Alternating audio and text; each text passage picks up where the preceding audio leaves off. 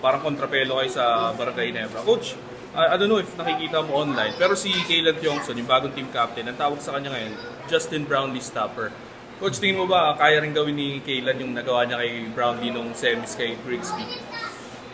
Well, susubukan namin, no? Pero hindi natin masabi hanggang hindi pa nangyayari. Pero sa pagkakilala ko kay Kaylan, alam ko yung abilidad niya, may possibility naman. Pero nakita ko rin yung Grigsby doon sa first game niya, magaling din eh. Tsaka may katawan din. So, 40 plus points yata siya rin. 42 coach. 42 points. So, para maglaro siya ng first game niya na hindi pa niya masyadong kabisado yung laro sa PBA. Tapos mga 42 points ka. Ibig sabihin, may buti talaga yun, may galing talaga yung import na yun.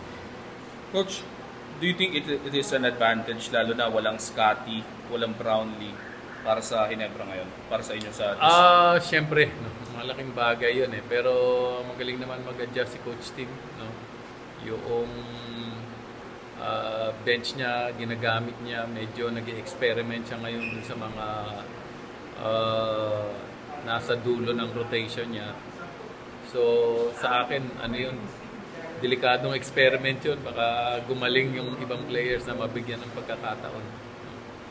So, ang paghahanda namin sa Ginebra, although mag-iiba kasi iba talaga yung paghahandaan mo si Brownlee. Pero ganun pa rin yung Grigsby, scorer pa rin.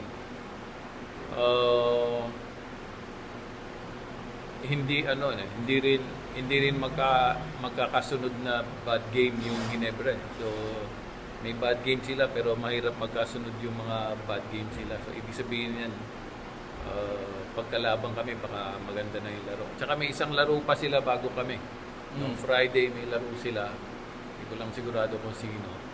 Pero that's enough time for them to make the adjustment. Kasi galing silang finals, galing sila ng championship. Medyo wala pa sa wala pa sa wisyo yung mga yun. Pero by the time they play us, andyan na yung andyan na yung rhythm nila.